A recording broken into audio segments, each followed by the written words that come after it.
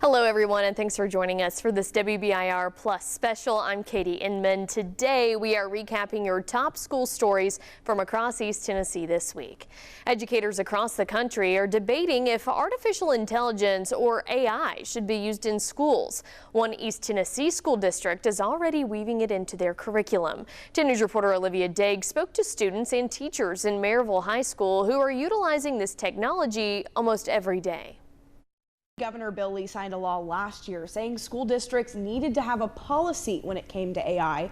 So some districts are concerned that artificial intelligence could simply do the work for students. But in Maryville City Schools, school leaders are looking to add it into the curriculum and use it as a tool for both teachers and students. I like it. I use it. I mean, it helps me. These Maryville High School students are embracing AI. In Joel Smith's classroom, students use artificial intelligence every day. My students typically struggle with organizing ideas. Over the years, Smith says it's been a journey to teach students to use it effectively. How can we use this as a tool to help us instead of using it as a tool to do things for us? In an effort to be on the front end of this technology, Maryville City Schools sought out funding from their foundation towards Magic School AI, a program catered towards education. I wrote a big check for $27,000, and this is just to get them started. District leaders say it can also change the game for teachers. Education and teaching has one of the highest burnout rates of any occupation in our nation. This program can create lesson plans, rubrics, and highlight areas of improvement for students. This is a way to help give them something that lightens that workload. This teacher says if education doesn't adapt to technology changes like AI, it could be a disservice to students. Our students need to have exposure to it. If they don't, then they're at a deficit for anybody else who can use it. For this district, artificial intelligence is hoping to bring real learning in the classroom. Now, I also learned while talking to district leaders and that teacher that this program could even be helpful to level the playing field for students. One example, it could help English language learners organize their ideas before they wrote an essay. Students in Maryville will soon have more space to learn as well. School leaders and students broke ground Monday on what will soon be new classrooms and a new performing arts center at Maryville High School. The school's currently 10th grade through 12th, but soon 9th graders are going to move to the school. Right now, district leaders say there are too many students and not enough room. There are students in classrooms that are overflowing. We already currently have classrooms in our intermediate schools that are on stage in our auditorium or in an empty hallway just because we're over 100% capacity. This expansion costs roughly $59 million and will also add a new science lab to the high school. Lots of changes within Blount County schools have staff and parents concerned, and some of them spoke out at a school board meeting this week. 10 News Blount County reporter Libby Cunningham was there and shares what staffers are worried about and how the county has responded. At this week's Blount County School Board meeting, teachers took to the microphone during the public comment section, saying they had questions for the school board. Why are qualified personnel leaving our school system? Why is the morale the worst it has ever been among central office staff, principals, and why is it now trickling down into our schools? There's been a lot of changes within the district since the start of the school year. It's currently on its third director of schools since January and looking for a permanent one. A teacher says this is what she's looking for in the district's next pick for director of schools. This role is about service to all of our stakeholders, students, parents, and employees, and the person chosen must exemplify that with sincerity in each of their interactions.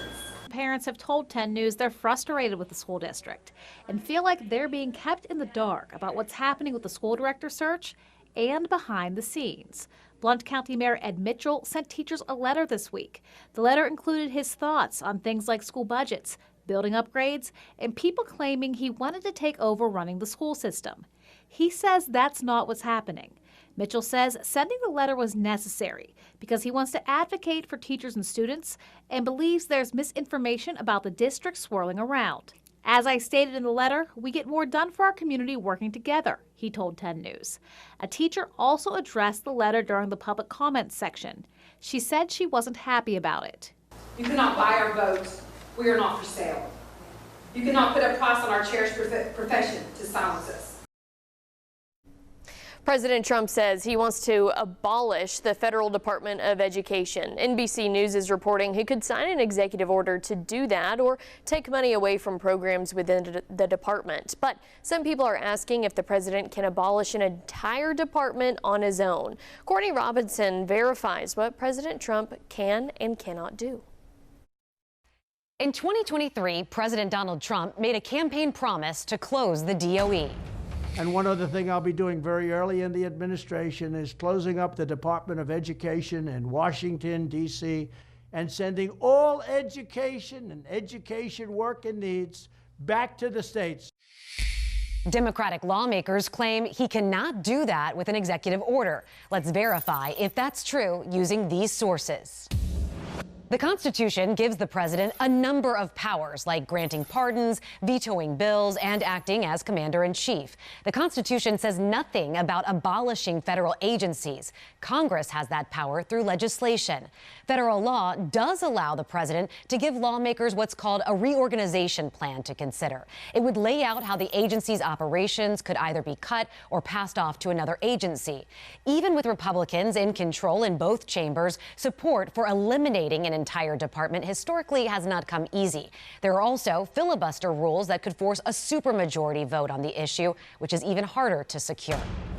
Another option, Congress can pass what's called a Reorganization Act, which would give the president specific guidelines to follow. The last time that was used to abolish a federal agency was in 1933 under FDR.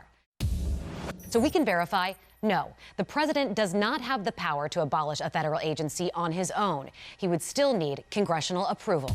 The president's executive order can still heavily impact the Department of Education by shutting down programs and shifting operations to other parts of the government. With your Verify, I'm Courtney Robinson. Leaders on the University of Tennessee campus in Knoxville are dealing with the fallout from government cuts and pauses to federal money as well. The UTK chancellor says that they are working with research facing a pause in their projects. And Chancellor Dondi Plowman also says the cap on indirect funding for research projects will amount to a loss of millions of dollars. The Board of Trustees came up with a plan to ensure the school is complying with non-discrimination laws. Schools in Tennessee are offering programs to families that could focus on online safety and students. Smart School is an organization that holds virtual sessions once a week for parents and students. The goal is to educate people on the risks of excessive social media use, how to be safe online, and how to help children in the digital world. Social media can have positive impacts, but for the most part, what we've seen, especially with younger people having access, our younger students having access to social media, use higher levels of anxiety and all the things that come with that. You can find more about the programs Smart School offers at smartsocial.com. State lawmakers want to improve classroom conditions. They believe one way to do that is mandating school districts have a no-use cell phone policy, with some exceptions. Reporter Avery Gingrich talked with school leaders and a parent about that ban. Some educators say they want noisy hallways. It means students aren't on their phones. Emerald Academy director Carlissa Weeks says that's why she keeps checking on her phone policy. When we had a cell phone policy that was keep it away in your backpacks, if it's being used, we're going to confiscate it. If you're caught using it, it was always a power struggle. Weeks says 10 years of adjusting Emerald's cell policy has led to phone pouches. The Academy's students can decorate them and hold on to them, but only school staff can unlock them at the end of the day. No exaggeration, we had 100% of our families on board. She says students at Emerald use technology in a structured way. One even reported that she knew more of what was going on in the high school than she had all year because her student was finally paying attention. Hamilton County School Superintendent Arnold Bunch testified to state lawmakers that bullying and other negative behaviors have dropped significantly since the district banned the use of personal communication devices as small as AirPods. Full disclosure, my kids don't have phones at all. Jacqueline Harsh hopes the new law will start a broader discussion. The mother of 3 recently pulled her children from the Halls district because of its reliance on digital technology. He stopped reading, by the way. Loves to read. You could not get a book out of his hands. And he's completely stopped reading within maybe 4 months of being in school. She says the district's one-to-one device-to-student standard doesn't teach how to use technology, just depend on it. A controversial bill that would allow schools to refuse enrollment to students based on their immigration status is moving forward. The state's education committee passed it with a 5-4 vote, but now people are raising questions of the legality and morality. Why not go after corporations that bring folks in here, or farms that brings folks in here, parents, and they want these folks to work, but we don't want to educate their children? Senator Akbari is a Democrat from Memphis. She is one of many lawmakers questioning that bill. That senator referenced a landmark Supreme Court decision that says states cannot deny undocumented students access to public schools. That case was Plyer versus Doe in 1982. It was filed by students of Mexican origin who were denied access to their school. In a 5-4 decision, the Supreme Court said it was unconstitutional. Advocates for immigration rights worry this would limit education for children. In this week's episode of Inside Tennessee, House Speaker Cameron Sexton says the House version does not make this mandatory, but the Senate bill does. I think our bill is more of they can do it if they want to, but they don't have to. But it does set the benchmarks where they do have to show documentation one way or the other. But after that, it becomes the school board or school system's decision. Sexton tells us lawmakers need to have more conversations about this bill before it's adopted. The Senate and House must pass the same version before it can become law. Another bill in the Tennessee legislature aims to better equip teachers to handle special education students in distress.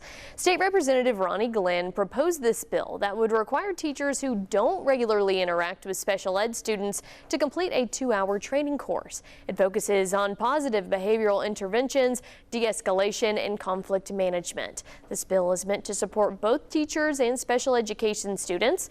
Members of the House Education Subcommittee are set to discuss that bill tomorrow.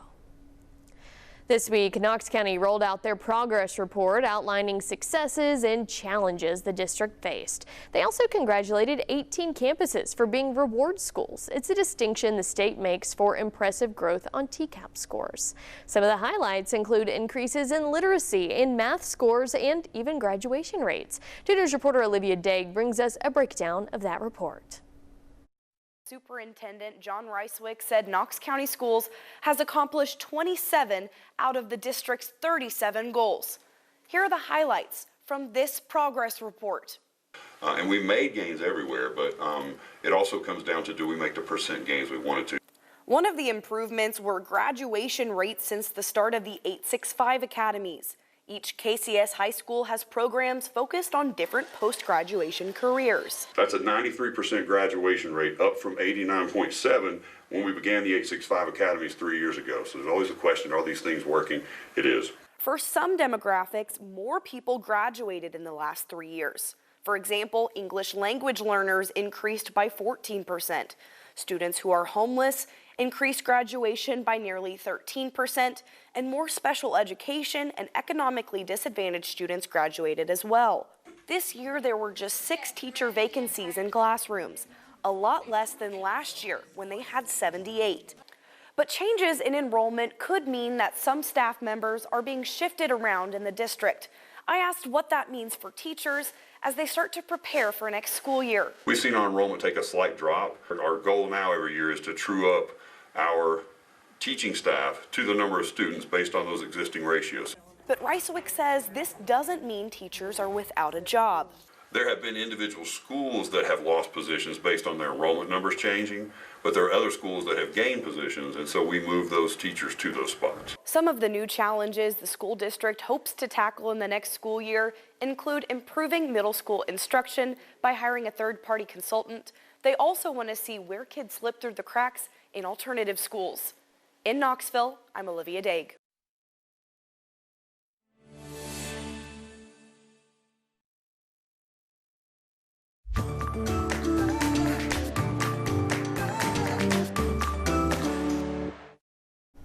A new study is giving parents insight into anxiety and how it weighs into students' test scores. Tennessee law requires third graders and some fourth graders to be held back if they don't score high enough on the reading portion of the state standardized test. Olivia Daig spoke to a researcher at UT who looked into how anxiety can impact test scores. The Tennessee Reading and Research Center tested two groups of fourth graders in Knox County. Ones who were at risk of being held back if they didn't pass the TCAP, and a group that did not have that added pressure. But surprisingly, the study found that pressure didn't hurt students' scores, and if anything, it helped. For many third and fourth graders in Tennessee, the weight of failure is heavy. Ever since she got into third grade, it was that looming, I have TCAPs this year, I have TCAPs this year. It's something this mom knows all too well. I mean, that's a social side of third grade too. Wait, what if I get left behind or what if I get held back? Director of the Tennessee Reading and Research Center, Dr. Deborah Reed, isn't denying that anxiety, but instead wanted to test it. There are these competing ideas about whether the pressure helps students' scores or hurts students' scores. And so we wanted to investigate that. She found three key findings. 1, teachers and students had a good pulse on how they would perform. 2, test-taking effort did not have an impact on their scores. It didn't matter how much effort you put into it. If your abilities were lacking, you were not going to do well on the test. And 3, anxiety did not negatively affect scores. If anything, the pressure helped them a little bit, not significantly. We brought those results to this mom. That actually kind of shocks me, to be honest. She says it doesn't change her opinion on the test or the retention laws. You know, pressure can be good in some situations, but I think we as a whole are putting so much pressure on this test that's ridiculous in my opinion. But Reed says that pressure isn't impacting scores. Now, Reed does plan on sharing this information with both the state and the people who make the test. Her big takeaway through this study is that this test, the TCAP, is doing what it's supposed to do, which is gauge kids' reading skills and not test their anxiety. Thank you, Olivia. Emerald Academy is Knoxville's first charter school, and this year they're celebrating 10 years of serving students in the county. Our reporter Aaron Velasquez spoke to school leaders and students about the success they've seen over the years. The word I kept hearing when speaking to students and staff at Emerald Academy was family. The school is much more than just an academy. According to one student, anyone who attends Emerald can become a somebody. If you're my voice, clap twice. I feel like their values, high expectation, excellence, respect, teamwork, and commitment, it helps us grow as not only scholars, but humans, women and men. For students like KJ at Emerald Academy, the school is more than just a place to learn. It's a second home. All the students here are smart, and all of them here they all can go somewhere. Way to go, so. School director Carlissa Weeks witnesses the students' success firsthand. One of the most encouraging pieces of data that we have is that over the last 4 years, our scholar proficiency has increased by 40%. She says the school's existence helps students find their own path. Emerald Youth Foundation had done a study on the discrepancies between inner city education and education elsewhere in the Knoxville area, and there was a huge gap. And so it's extremely important that we're able to offer high quality education to inner city scholars. She looks back at how far students like KJ have come. He started with us in kindergarten, so that's really special to see and be with them through their educational career as they develop into leaders. How important is it to serve the kids that y'all serve? I mean, to us, it's everything. Page 13. And she has her eyes set on the future. Turn to page 12. That would be my vision for the next 10 years, is to achieve that goal of being a reward school and being one of the top schools, not just in the inner city, but out of all Knox County schools. According to the Academy, their first class of 8th grade students who graduated high school 2 years ago have gone on to universities like the University of Tennessee, Howard University, MTSU, and more. Well, this week was Read Across America Week. Schools across the county and the country are celebrating the joy of reading with fun activities, book-themed events, and exciting story times. This week is all about inspiring kids to read and celebrating the many forms of reading. Governor Bill Lee emphasized Tennessee's commitment to enhancing children's reading skills and unlocking their full potential. Knox County Mayor Glenn Jacobs is visiting elementary schools, encouraging students to dive into books and enjoy the world of reading. Hey everyone, Knox County Mayor Glenn Jacobs here. We're kicking off Read Across America Day by reading at some of our elementary schools throughout Knox County. Also, just want to remind everybody to check out the happenings at Reach in the USA. Go to reachintheusa.com. Happy Read Across America Week. And Read Across America Week kicks off Literacy Month, where we celebrate every student's potential to become a strong reader. And at Norris Elementary School, the students got a slithery surprise during class. Yes, that is a snake. A park ranger brought Sappy the snake to the kindergartners. You can see some are willing to touch that snake, others more apprehensive. And a Knoxville police officer also joined in on the fun. Sergeant Chris Hutton read at Chilhowie Intermediate School, and the students at Tennessee School for the Deaf were deep in the books this week too. To celebrate, the students also wore their silliest socks while diving into their favorite books. And a Knoxville man is taking you on a tour through Knoxville through the eyes of a storybook cat. Wesley Bennett wrote a children's book about Knoxville after noticing it didn't really have one like the other cities he's visited. Now he's reading that book to Knoxville students. Lauren Davis shares a story about an author reminding us all why our hometowns are so unique. Wes Bennett has always felt a deep connection to his hometown. I was born and raised in Knoxville, and I've pretty much lived there my whole life. That love for his city and his daughter inspired him to write his first book, The Kitty of Knoxville. It's just mainly about our experiences living and growing up in downtown Knoxville. Through the eyes of the character Kitty, Bennett showcases all that Knoxville has to offer. The slow southern drawl. We've got the University of Tennessee. We're the only city in the world, obviously, with the Vols. The only city in the world with the Sun Sphere. We're the scruffy city. It even reveals facts. Some, Bennett says, even he didn't know. I knew that Kenny Chesney and Morgan Wallen were from Knoxville. I didn't know that they all went to Gibbs High School with Trevor Bain. On Thursday, he read the book to Hull's elementary students. I was grateful that they took a chance on me. I think the kids enjoyed it, but it was an honor, and definitely something I hope to continue to do in the future and get better at. And it seems the students did enjoy the book. I think it's a special city now that I've heard that. It even makes them proud to be from the scruffy city. Even though we're a small city, our landmarks are really good and like other big cities too. The Kitty of Knoxville can be found across Knoxville, including at the Knoxville Visitor Center and Union Ave Books. In Knoxville, I'm Lauren Davis. The Art Extravaganza Art Show and Sale will take place this Saturday and Sunday at the Webb School of Knoxville's Lee Athletic Center. 10 News reporter Aaron Velasquez spoke with the event chair about the event.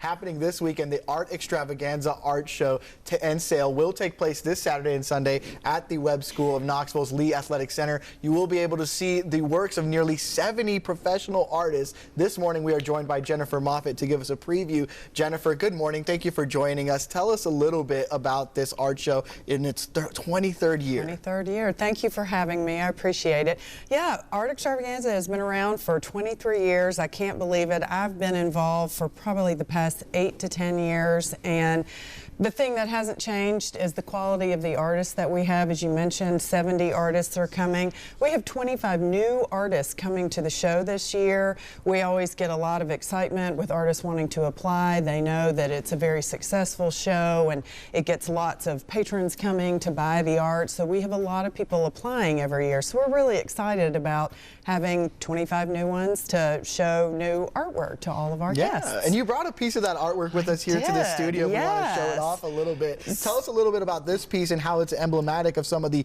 different examples of art you might find at the show. Right. We have all manner of artists. So we have watercolor painters, we have oil painters, we have sculpture, we have jewelry.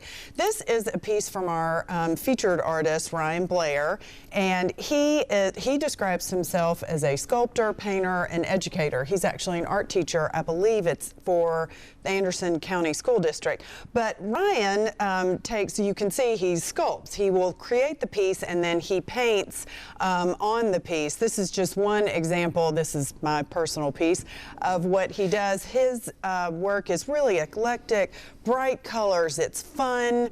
That's how I would describe it. We're so honored that he agreed to be our featured artist. He's pretty different from some of the artists that we've had in the past as far as a featured artist go. He has been at our show the past few years, but he has all different shapes, sizes, a total variety of what you could get with his artwork alone. But I love it. I think it's great. I'm a big fan of it too. It is definitely cool. beautiful and awesome. Shout out to Ryan Blair. I wanted to ask about how important is for this art show to be happening here in the Southeast and how it draws people in from across the country to come and see some of these people's works. Correct. We do have artists that come from all over. We have one from Pennsylvania coming, New York. So they come from, the Northeast. I will say it is concentrated mainly with artists from the Southeast region. And, we will get over 500 people coming every day to the art show. So it draws a wide crowd of people. What message do you hope that artists and art lovers take away from this, and any idea of how folks can get involved if they want to submit their own works? Yes, so what I hope people walk away with is there is all kinds of art out there. It is not just paintings of flowers. What we feature is, like I said, we have painters, we have jewelry artists, we have sculptors, we've even had marble, we've had woodworking. So wow.